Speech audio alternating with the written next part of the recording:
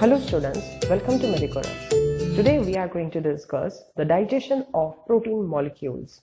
Protein molecules are the polymers of amino acids.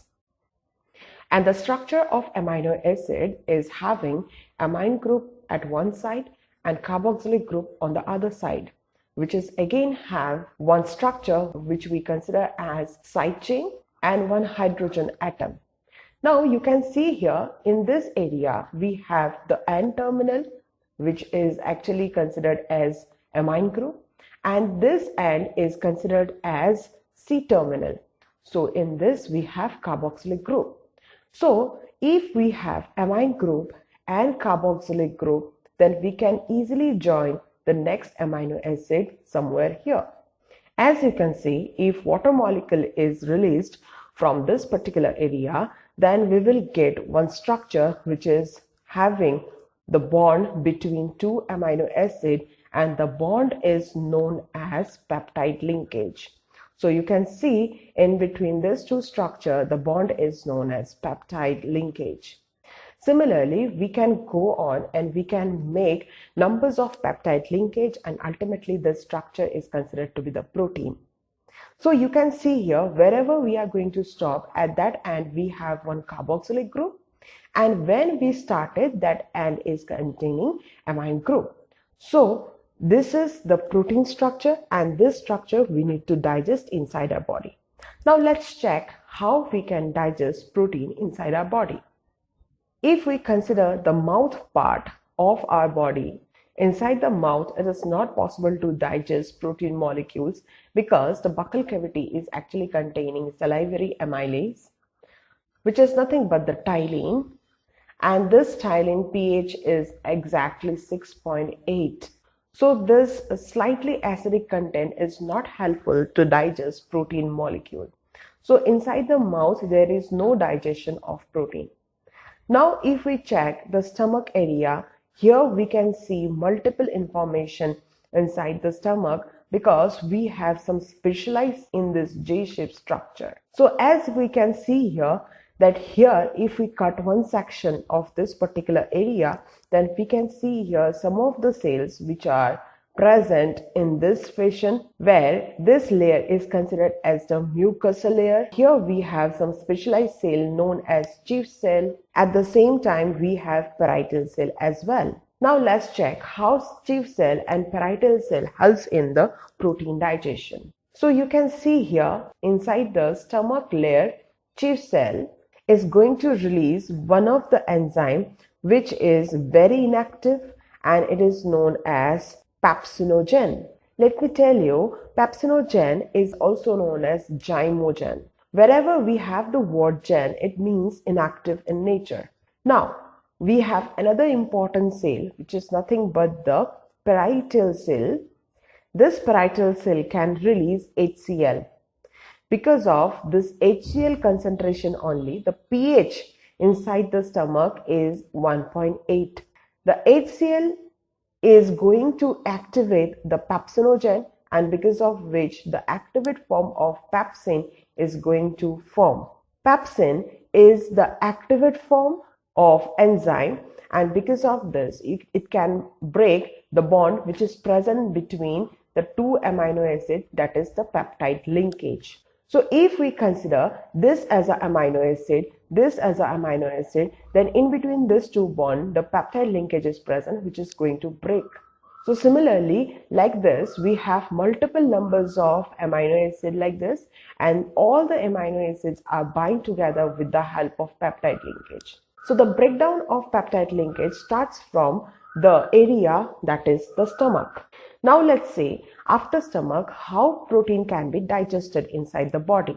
As we can see here, that after stomach, the small intestine begins with the structure of duodenum, which is again connected with one leaf-like structure, which is nothing but pancreas. The pancreas is going to release some of the enzyme known as trypsinogen, chymotrypsinogen, as well as procarboxypeptidase.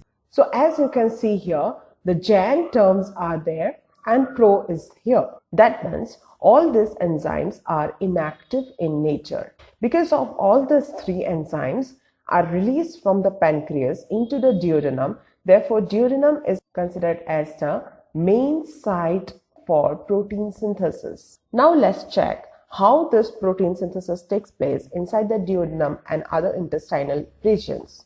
As you know that inside the smaller intestine, the cells which are present, these cells are nothing but the enterocytes. From the enterocytes, the enzyme which is released is known as enterokinase enzyme, which can activate trypsinogen. Trypsinogen has multiple functions, and let us see how it can be activated, and after that what they are going to perform. The activated form of trypsinogen is the trypsin, and this trypsin is going to give one feedback mechanism to the enterokinase cell. That feedback is exactly the positive feedback.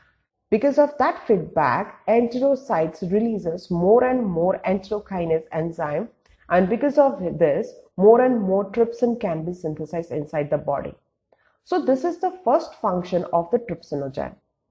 Now let's check the other function of trypsinogen is to break the bond which is present between the amino acids, and this bond we know it as nothing but the peptide linkage. So as you can see here, the peptide linkage can be broken by trypsin. The third function of trypsinogen is to activate chymotrypsinogen into chymotrypsin. So as we know, chymotrypsin is again the activate form, therefore its function is again to break the peptide linkage. That means chymotrypsin and trypsinogen both are responsible to break the peptide linkage here. But let me remind you, we have seen that in this protein molecule we have certain ends. One is known as amine group end or the N-terminal, and other one is carboxylic group or C-terminal.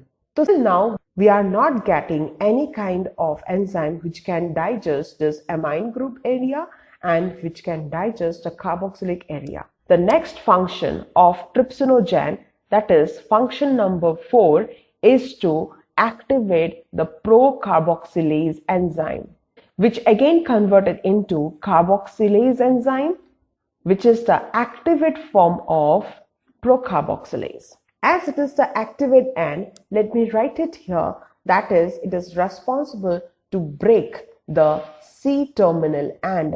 So as we know, the C-terminal of protein molecule is somewhere here.